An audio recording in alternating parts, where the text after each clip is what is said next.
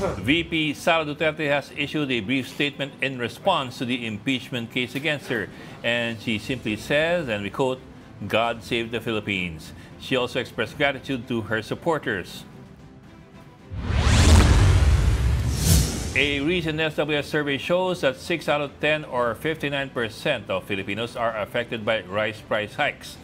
Respondents believe that rice had the highest price increase in the last 3 months of 2024. Other food items that they feel saw significant price hikes are vegetables and fish. The poll also shows that 58% of Filipinos believe the administration's interventions to control inflation are insufficient. And the Indo-Pacific Command says the U.S. contracted plane that recently crashed in Maguindanao del Sur was on an intelligence mission for the Philippines. It adds that the aircraft was providing surveillance and reconnaissance support at the request of Manila. All 4 personnel on board were killed in the crash, which included an American soldier and 3 contractors. And joining us today is Sorcon's resident political pundit, Tito Rol Llamas. Happy weekend, Tito Rol. Happy weekend. Okay. No? An interesting week. Very, very full week. Yes. Ang tanong is, will the coming weeks be also full or will they be empty? Of course. Ang Pilipinas ay parang isang Netflix miniseries, no? Para ba yung The Kingdom? Game of Thrones. Puro zombies. House of Cards. Lord of the Rings. Or para ba yung Chloe, di ba? Tita Ami? Ami, ano pa doon ba yung Chloe? Oo nga. Kayo parang nagsabi sa akin na panoorin di ba? O, pinunod nga niya. Alam ba yung Chloe? Joby Francisco. Hindi, ng mga lockdown, di ba? Yan ang sabi ni Joby Francisco, panoorin daw yung Chloe. Hindi alam ni Tito Ron lang Chloe. Ano ba namang klaseng ano ka? Chloe, Narcos ang pinapanood ko. Anong klaseng papa ka? Narcos. Ay, nako. Crash Landing on You. Oh, Crash Landing on You. Ay, nako, kaya pala hindi ko pinapanood. Hindi yan air crash investigation. Alam mo naman, hindi ako mahilig sa romance. Tungkol sa North Korea yun. Tungkol sa North Korea. Oo nga. Pero romance yun eh. Romance din yun basically, di ba? Tsaka mas comedy sa akin, hindi romance. Hindi ako mahilig sa romance. Yan ang bait sa akin kasi sabi ko ayoko ng romance. Sabi ni Joby, hindi, tungkol sa ano yun? Tungkol sa North Korea. Tungkol sa diplomacy between 2 warring countries. Pero ang centerpiece nun is the romance between 2 people, di ba? Nagkaroon ng romance. Ako, walang ka-romance-romance yung buhay ko. Pakita mo nga yung video. Walang ka-romance-romance yung buhay ko dahil hindi ako mahilig sa romance. Bakit alam mong romance yung Chloe? Ha? Oo. Kwento Bakit alam mo? Naikwento lang sa akin. Pero hindi ko napanood. Oo. Si Joby lang naman ang mahilig sa mga ganyang palabas. No? Ako Ang binabantayan mo lang yung yung nagkakahiwalay ng mga politiko. Mga violence, yan. Narcos. Partnerships. Yung mga narcos, yan ang mga paborito ko. Tsaka yung tipong Game of Thrones. Yung mga Game of Thrones. Yung mga maneuverings. Yung mga nagsasaksakan sa likod, nagtatrayduran, mga magkakamag-anak na magkaaway. Ganon. Di ba? Hindi na gano'n. May sound effects yan, Ami. May sound effects yan. Hindi. Ginagaya ko si Vice President Duterte. Hindi nga. May sound effects nga yun. Di ba? May sound effects yun nun eh. Napanood ko yan kay Kwan, The Dictator. Ano ba yun? Di ba yung The Dictator? Yung comedy. Yung kay Sasha Cohen. Sasha Cohen, di ba? Yakap-yakap niya. Tapos sumisenyali siya doon sa kanyang bodyguard. Nakakatawa rin yan eh. Sasha Cohen, di ba? Pero at least nagsalita na, no? Nagsalita na sa wakas si Vice President. Para din siyang hindi nagsalita. Hindi, sinabi naman hindi siya magre-resign. Yun ang medyo interesting doon. For now. Ito, may sound ba tayo? Ukol sa planong impeachment sa mga nakaraan na buwan. Ang tanging masasabi ko na lamang sa puntong ito ay God save the Philippines. Bukod dito, nais ko na lang ipaabot ang aking taus-pusong pasasalamat sa mga kababayan na patuloy na nagdarasal, sumusuporta, nagtitiwala, at patuloy na nagmamahal sa akin. Manalig kayo dahil sa taong bayan ang tagumpay. Syukran. Natandaan ko tuloy yung God Save the Queen na plot ng RAM nung panahon ni Cory. God Save the Philippines, no? Siyempre, irresistible yung reparty ng kabila, no? Sabi ng mga kabayan, God Save the Philippines from Vice President Duterte. Siyempre, irresistible yun eh. Kaya titignan natin. Pero among the things that she said, if I recall correctly, she was asked kung siya magbibitiw. Yes. Yun yung ikalawa na napakahalaga niyang sinabi, na hindi siya mag-resign. Yung number one na pinakamahalaga na sinabi niya ay yung God Save the Philippines. Hindi. Mas mahirap pang iwanan ng boyfriend Oo, yun nga pala. kaysa ma-impeach. Yun yung pinakamahalaga. Oo. May hugot talaga yun, no? Oo. Ayan, na-romance siya, na-romance. May soundbite. Anong tingin mo doon, Gretchen? Mas masakit pa ang maiwanan ng boyfriend o girlfriend kesa ma-impeach ka ng House of Representatives. Diba? May kumpas pa. Chill lang siya, chill. Meron bang nakarelate doon dito Chill sa lang. kwarto? Tanongin Chill mo lang sa siya, kanan mo. chill. Hindi naman daw siya nai-stress, sabi ng mga bata niya eh. Ano yung soundbite? May nalagay yung soundbite. May quotable quote ako narinig. Ano yun? May quotable quote ako narinig sa kanan mo. Oo. May tinanong ako rito kung meron nakaka-relate. Parang meron. Doon sa mas masakit. Doon sa sinabi niyang mas masakit pang maiwan ng boyfriend at girlfriend kesa ma-impeach. Kesa ma-impeach. Ano yung narinig mong soundbite dun sa Hindi pa naman daw na-i-impeach si Gretchen. Diba? So, hindi pwedeng ipan-right eh. Mas masakit maiwan ng aeroplano. Sabi naman nating producer, mas masakit daw maiwan ng aeroplano. Actually, mas masakit yung wala kang TF. Ay, no. Tayo. Pero interesting yan na napupunta na sa resignation ni Sara Duterte yung usapan. Kasi remember, ni-raise yan kahapon tangentially ni Senate President Jesus Escudero eh. Binanggit niya si Merceditas Gutierrez nag-resign bago mag-trial eh. She was impeached as ombudsman. Tapos, medyo a couple of weeks later, hindi naman agad-agad nag-resign. Siguro, anyway, kung malakas yung posibilidad na makoconvict siya, nag-resign na lang siya. Ano yung ibig sabihin pag hindi ka nag-resign? You keep all your benefits. Walang mawawala sa mga malalaki benepisyo niyang ganyan, ha? And she can, again, go back. Hindi siya permanently barred from public office. Kaya ngayon, siya ay nakaupo as Board of Trustee ng GSIS. Okay. Board of Trustee pala siya ng GSIS? Okay. Yes. In-appoint siya ni BBM. Okay. Yes. Yung kasi, if you do not resign, you run the risk of being impeached and get perpetually disqualified. And pag na-convict. Pag na-convict ka. So, pinag-iisipan siguro ngayon nila, Sara, makukonvict ba ako o kaya ko labanan to? At saka, ngayon, yung isang pambalik naman dyan ng mga impeachment complainants, sabi nila, yung iba daw sa articles, hindi ko alam kung pwedeng paghiwalayin to, Ronald. Yung iba daw na articles of impeachment, pwedeng ituloy yung trial kahit mag-resign si BP. Hindi ko alam kung totoo to. Parang hindi sa atin. Binanggit lang to kahapon. Parang hindi yung sa atin. Sa atin, pag nag-resign ka, wala nang trial. Yes, alam ko pag nag-resign ka na, tapos na impeachment mo, di ba? Tapos na. I think in the Constitution it only says na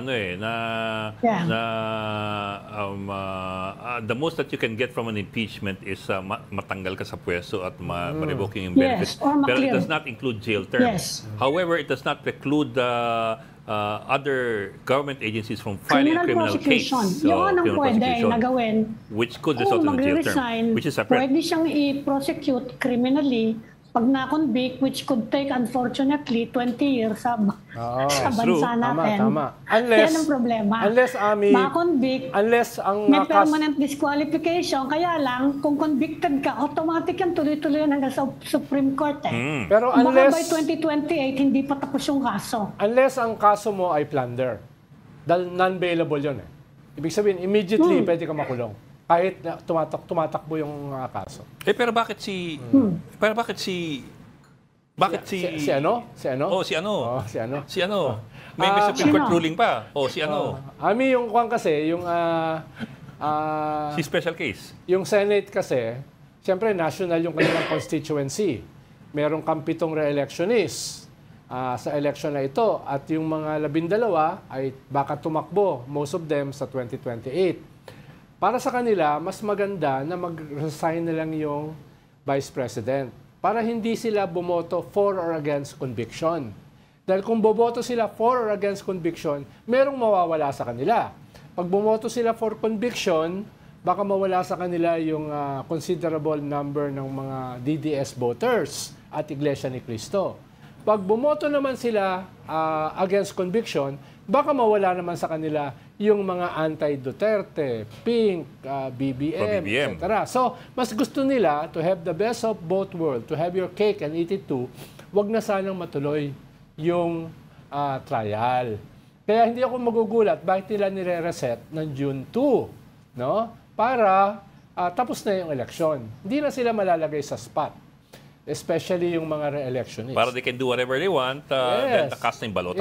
Yes. So, pwede nila sabihin, pwede sila kumuha ng boto from both sides, from all camps. No? Yun yung kanilang plan. But inevitably, they will be asked, even before the start of the trial, before the elections, they will be asked by the public, what are you gonna vote? Sasabihin nila. Iba sinabi na ni Escudero, walang sinabi trial na ni Chis eh. Walang Will you trial please shut eh. up? Ba't So many namin words. sasagutin? Ba't namin sasagutin? Wala pang trial. Judge kami.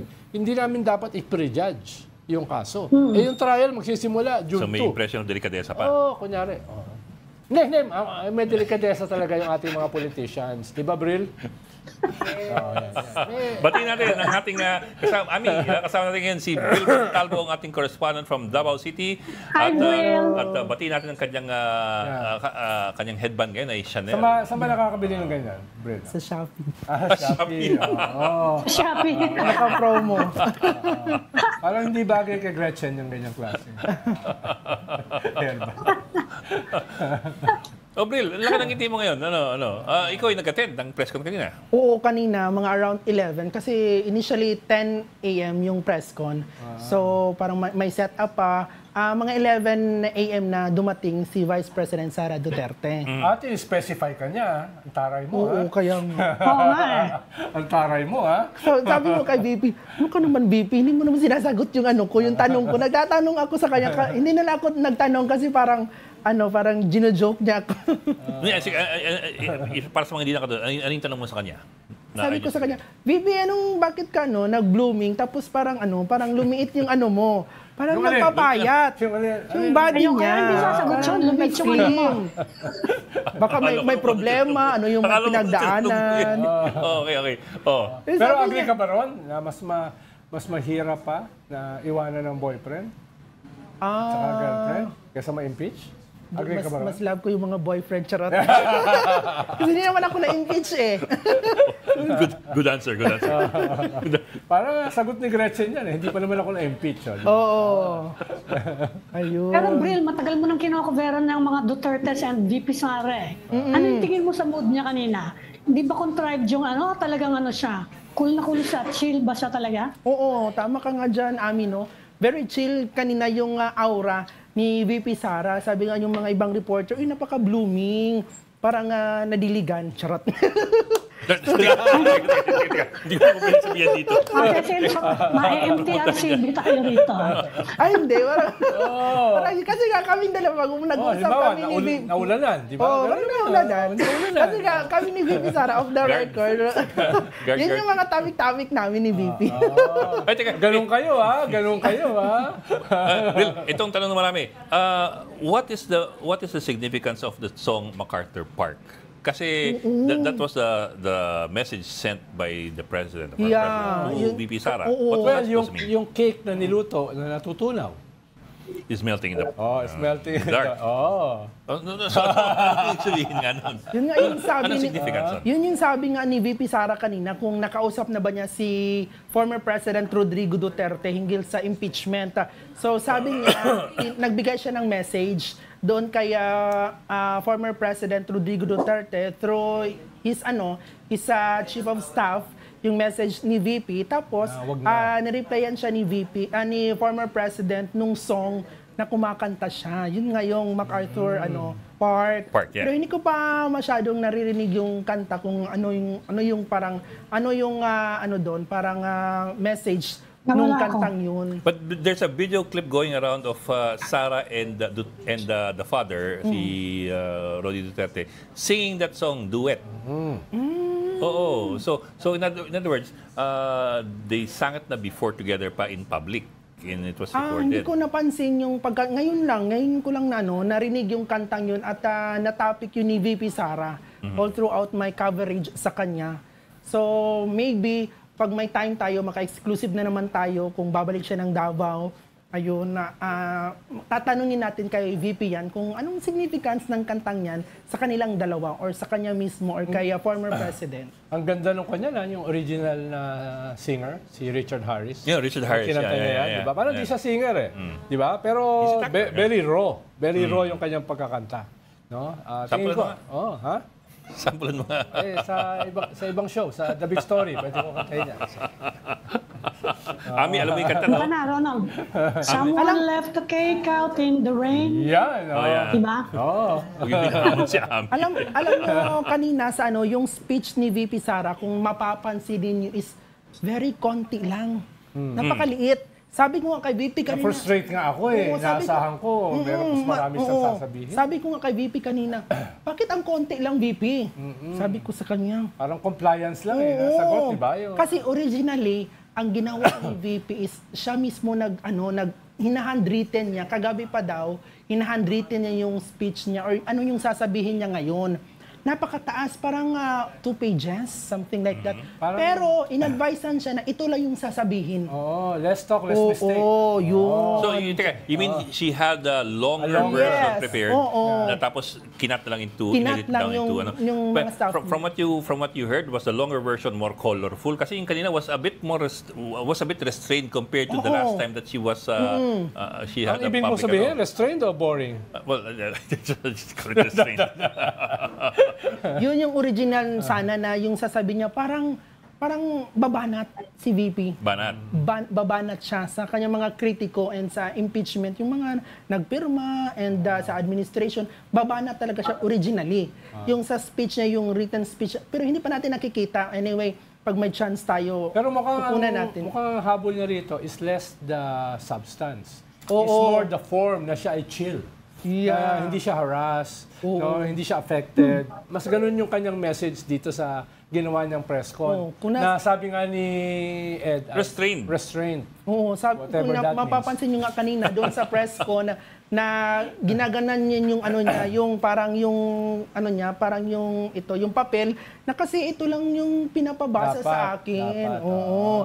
Cheres. Originally mataas yun. Mataas yung ginawa niya na draft ng kanyang speech kanina sana. Kasi From your vantage point, bakit hindi niya tinuloy yun?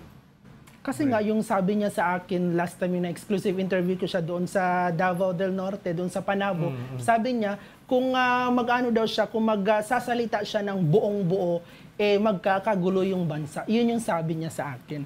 So, siguro ayaw niya magkagulo. Anyway, Actually, magulo na. kaya nga.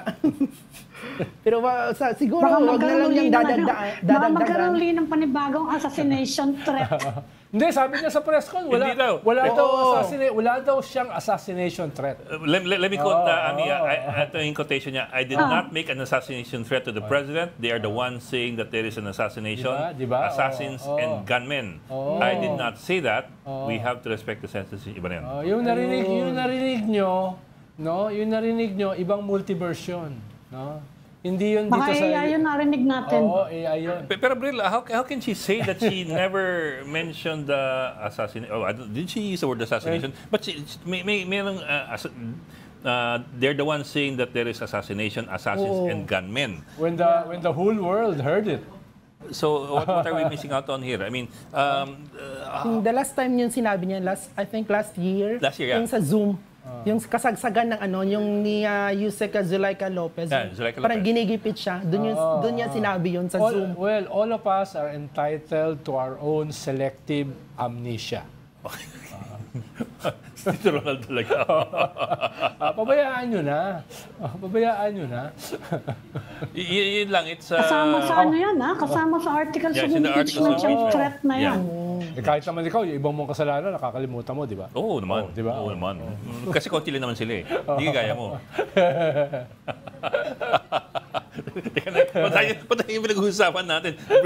Sibil kinakausap natin. Kanina, ang cool talaga ng mood ni VP Sara. Parang kaming nandun sa loob. Parang good vibes din kami. Napapag-good vibes din kami sa vibes ni VP na very good talaga. Very cool yung pagpasok. But I imagine that she... That was the message. Oh, that was the message. She took great pains Yun yung message to project na I'm not troubled by all this. No?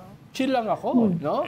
At confident ako na ako ay maa-absuelto sa Senado. And at the same time, she's not gonna give more ammunition for enemies to use against her. Like another assassination pero plot. tumaas talaga kilay ko nung ina-address si Bril. Ayun. Mataas din kilay ni Bril. Kilay ni Bril. Pero si VP, ano naman yung kapatid, mas palaban yung mga kapatid eh. Si Baste, sabi niya, cornered animals become aggressive. Anong ibig sabihin niya nun? Kasi nga tinag din niya yung sa post niya last Wednesday, yun ngang na-impeach si VP Sara. Yun yung sabi niya na cornered animals become aggressive. Tapos tinag niya yung si President Bongbong Marcos at si House Speaker Martin Romualdez. So hindi natin na diretsahang natanong or nakausap personal si Mayor Baste doon sa Davao City kasi marami din siyang event doon sa Davao. Pumupunta siya sa bukid, nagbibigay ng mga ng mga anong tawag doon ng mga akap. Hindi, parang parang mga ayuda doon sa mga tulong. Pero hindi akap yung parang mga food packs lang, mga tulong. Kung may mga may mga fiesta, pumupunta yan si Mayor Baste. Si Pulong naman, yung banat niya, sinulat na lang niya. Dahil alam kasi ni Pulong, he is better read than heard. Because if he's read, he could have written it or it could have been prepared ahead. Pag nagsalita siya, hindi naman siya ganun ka-articulate. Hindi lang, hindi pa nagsasalita si President Duterte. Wala ba tayong inaasahan sa kanyang statement? Oo, yun nga yung hinihintay natin na coming from former President Rodrigo Duterte kung ano yung statement niya sa pagkaka-impeach ng kanyang anak na si VP Sara doon nga sa House of Representatives. So last Wednesday, hininga natin tinawagan natin yung isa sa mga staff niya. And sabi niya na wala pa daw public event si former president, nagpapahinga pa daw kasi lately madami siyang mga event, yung mga photoshoot ng mga local candidates doon, nagpipictorial sila, minsan gabi na daw natatapos, madaling araw. So nagpapahinga siya last Wednesday. Ewan ko ngayon saan si former president ngayon. Maybe... Pero hindi yan surprising dahil that's classic Duterte. Maghintay kayo. Ako yung climax. Yeah. No? Maghintay kayo. Tapos excited kayo. Ano ba sasabihin ni Digong? Lahat pag-uusapan, di ba? Until mangyari. Lahat yung sinasabi niya balita. That's classic Duterte. Classic Digong yan. Then ngayong Sunday din may parang may ignition rally and candle lighting ceremony doon sa Davao City in support sa yung kay VP Sara doon sa Davao. So by Sunday pa ako uuwi. Marami pa akong gagawin dito sa Manila. Ano yung mood sa Davao City? It's still seen as a Duterte country Ano reaction ng mga tao dyan? Alam nyo, right after nung na-impeach si VP Sara last Wednesday, then nagapulso ng masa tayo sa mga Davaoenyo at grabe yung grabe yung mood nila, parang nalungkot dahil nga hindi sila sanay na ganunin ang kanilang dating alkalde na si VP Sara, parang sinakluban ng ng mga problema ng anong tawag doon, ng mundo. Parang nasa kanya lahat ng atensyon ng admin. Parang binubugbog siya ng issue. Yun, sabi nung ibang mga Dabawenyo, support sila all the way. Nasa likod lang sila ni VP Sara. And yung iba din, sabi nila, laban lang. Kaya ni VP yan. Kasi ito nga mga Duterte, pag lalo mong binubugbog, lalong umaangat. Yun yung kung taga Davao ka, yun yung perception nila. Parang mas lalong nagiging agresibo na parang magwawagi. Yun. Parang hindi bagay sa mga Duterte yung binubugbog. Mukhang mas sila yung nambubugbog eh. Pero ngayon parang sila. Yung sinabi ni VP Sara sa tanong na is resignation option, yung sagot ba niya ay categorical na no or it's too early Malayo to say? pa yan. Oo, malayo pa daw kung pag-uusapan yan. Kasi nga sabi niya, hindi ko muna kasi may mga question na hindi niya sinasagot. Paano kung June 2 pa yung trial, malayo pa nga. Oo. Sabi niya, focus muna tayo sa Save the Philippines muna. Yung sabi So niya, it's medyo unanswered question. unanswered. Hindi pa siya Hindi with certainty. malinaw. Oo. Yung parang sagot Ano yung niya. Bril, hindi namin marinig doon sa video. Ano yung mga tanong na ayaw niyang sagutin? Several questions yung siya tanong yung natin hindi yung namin marinig sa mga video. message niya, yung message mo kay BBM, ganyan, yung mga security details niya, kumusta, yung mga filtered na hindi niya sinasagot. 400 Especially, pa rin ba? 400 pa rin? especially pag pag yung admin yung pag-uusapan si presidente. Ngayon sinagot yung kay Amy, kung kumusta yung relationship nila ni Amy ngayon, ni Senator Amy Marcos. So yun yung mga tanong na iniiwasan niya. Sagutin. Teka, anong sagot niya kay Amy? Teka, parang I saw it somewhere here. So Kasi I have a transcript coming from Manny Magato eh. Oo, kanina, yung tinanong siya ng isang reporter doon, parte kay Senator Amy Marcos, sinabi nung isang reporter na, VP, bakit, anong statement mo na binablock daw ni Senator Amy yung impeachment niya doon sa Senado? Parang ayaw niyang palulusutin or magvo-vote no siya for impeachment. So sabi ni VP na, tanongin niyo sa kanya. Dapat sa kanya manggaling kung bakit niya binablock yung impeachment ko doon sa Senado. If ever na dadating nga doon or mag-uumpisa na yung trial, parang hindi niya diretsang sinagot yun. Parang, Si Amy naman, unequivocal yung kanyang sinabi in support of Sara. oo. Na malinaw ay kung magkakaroon ng trial, ay hindi siya boboto for conviction. Ayun. Unequivocal naman yun. Yun yung yung straight talaga yung answer ni Senator Amy Marcos na in favor siya kay VP Sara and ayaw niyang ma-impeach ito. Kaya mas lalo siyang lalabas dun sa 12 sa Senate, sa survey with that statement. Ayun. May tanong sa kanya, I suppose this is with regard to pag-ongoing ng impeachment. The question was, will she testify? Ang sagot niya was something like, I understand that I need not to. I will not because they might be intimidated by my presence there. Wow. Was that an accurate quote? Tama ba yung quote? Ano yung sabihin nun? Was that said in jest or was that said in seriousness? Na they might Parang be intimidated seryoso. by- Parang seryoso yung sagot niya. Kasi nga kanina parang lahat naman yung sagot ni VP Sara seryoso naman. Sa mga seryosong tanong, ay parang half meant yung sinabi niya. Wala siya ng humor tsaka wit ng tatay eh. Okay. Si Digong magaling mag-deliver eh. Oo. Deadpan pa. Oo. Ayun. Yun yung isang dapat niya matutunan sa kanyang tatay. Yung ganong klaseng wit and humor. So iba-iba sila ng iba-iba sila ng estilo. Mahirap yatang matuto at that age. Hindi ko, if you don't have it, you cannot have it na. Sabagay, di ba? Kunyari, karakter Ewan yan. ko lang kung kakampanya na ng presidente, ha? Nagbabago ugali ng mga tao kapag kumakampanya ng presidente. Kapag tinuloy niya, palagay ko, baka mag-iba yung ugali. Mag-iba yung personality. Yes. Okay, Bok, gap muna tayo. Sabi ni Direk, mag-gap muna tayo. We will be right back. You're watching Storycon on One News. Welcome back to the Story Conference. I'm Ed Lingao and still with us, Ami Paminton ng Philippine Star and Tito Ronald Llamas. Hindi ko lang alam kung nahuli yung sinasabi mo. Ami, dinig mo yung sinasabi ni Tito Ronald. Hindi naman siguro, no? Hindi. Si Gretchen kasi. Ikaw talaga matotrouble ka. Isang araw matotrouble ka talaga. Of so many things that you can get in trouble for. Ganyan ba? Okay. Si Bill had to go because he had to do a voiceover for Channel 5. So we want to say goodbye and thank you to Bill Montalvo, who flew all the way here from Davao City to cover VP Sara Duterte. Mukhang very, very close sila ni VP Sara at nakakapag-exclusive siya. Yun. So, at least some insights. Magkumari yata sila eh. Brill eh.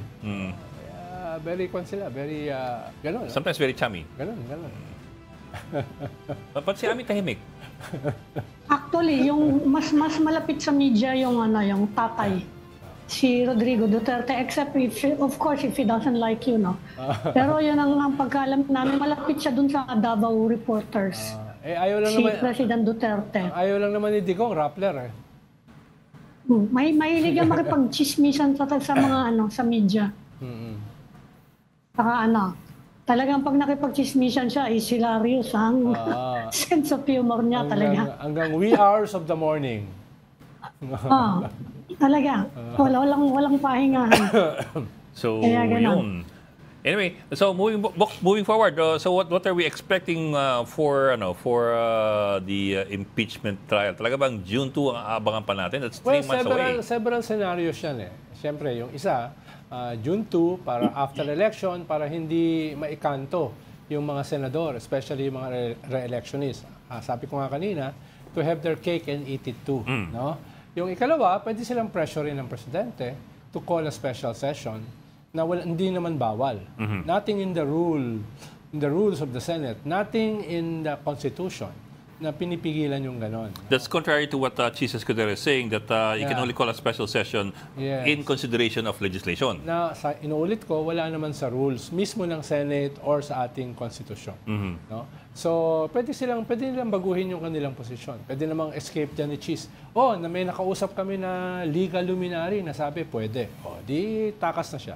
No? Pero nagpahiwatig na rin yung presidente na he might call a special session. But merong condition si Pangulo. Oo, yun. Mukhang kailangan pa raw hingin ng Senado sa kanya. Instead of the usual route, which is the President calling on Congress to conduct a special session. Baka mag-iintay Hindi, kasi nga special case eh. It's an impeachment eh. Kaya nag-aalangan din si And remember, President Marcos is trying to distance himself, no? Yes, pero from the impeachment process. Hindi daw siya makikialam. Di ba sabi niya, I'm just an observer. I'm just a very interested observer, sabi niya. Ang mangyayari naman dyan, Ami, hindi naman yan official, hindi naman yan formal eh. Mga bulungan lang yan eh, di ba? May bubulong dito. Ang balita, mukhang walang interest si Chis nga eh.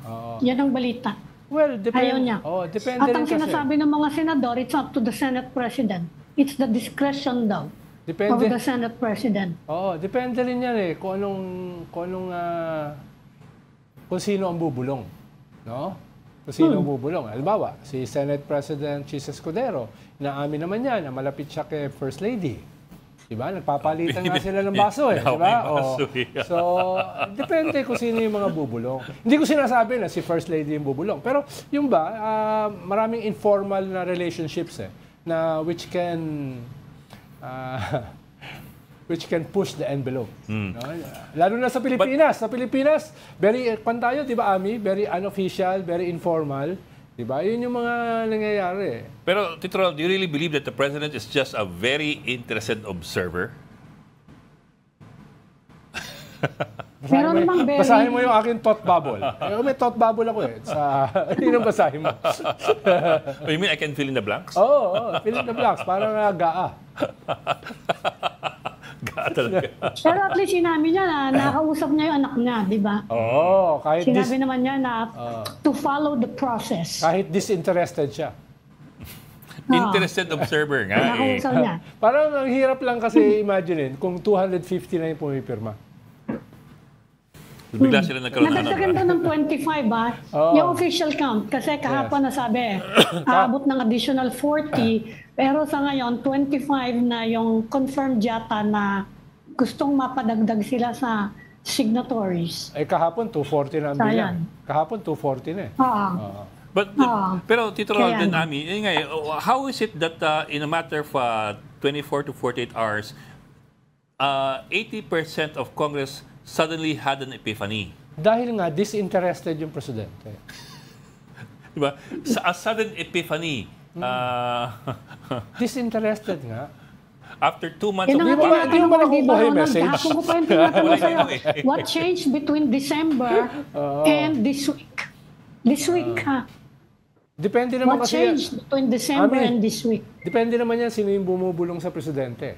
Ah. Pwedeng may bumulong na, bossing, delikado tayo kung after the midterms ay mag-survive yung mga Duterte politically. They will get momentum going into 2028. At wala naman tayong malakas na kandidato. No? Pwedeng may mga ganung mga bumulong. Ikaw, ang dami mong tinamaan sa isang sentence yan, ha? Bossing, And no? pwede pa rin naman mag-survive yan kapag nag-trial. Oo. Bossing. Hindi pa naman siya sigurado, di ba? Oo. Pero pwede may nagsabi, bossing, bossing, baka maging early lame duck ka kung hindi mangyayari ito. No? Pwedeng may mga ganung mga bulong. Sabi ko lang naman, pwede. No? Pwede. Hindi necessarily na meron. Not unless you're particularly malicious. Then Ako pa naman. you He can is particularly malicious. Parang iba yon, di ba?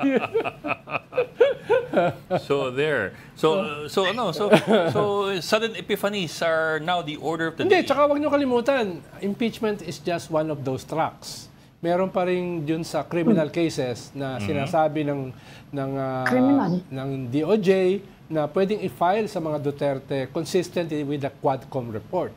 Pero possibly, hinihintay nila yung Abril para gawin yon.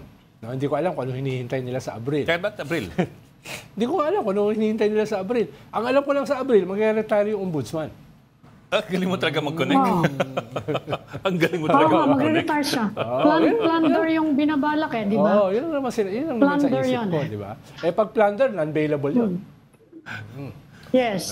So, tapos meron pa Saka pa yung yung ICC pa. may ICC pa. So, Hindi pa tapos yung ICC, no? tapos magko-complement yan. Dahil yung impeachment, pwedeng ma-lift yung bank secrecy law, malalaman mo kung anong pumasok sa bank account ng Vice President na pwedeng gamitin sa criminal cases. No? Kahit hindi magtagumpay yung impeachment, magagamit mo yung impeachment, yung lifting ng bank secrecy laws para sa mga criminal cases naman. So, kunyari, they're not mutually exclusive. No? Pwede There are silang, more ways to skin the cat. wala akong sinabing gano'n, ha? Wala akong sinabing gano'n. Baka mamaya, sabihin na naman ni Ami, malicious ako. Totoo naman eh. Ayan, totoo. Siya dyan, ha? Actually, kaya ka naman nandyan eh. So we can be innocent while you can be malicious. Oo, kaya wala kang TF eh.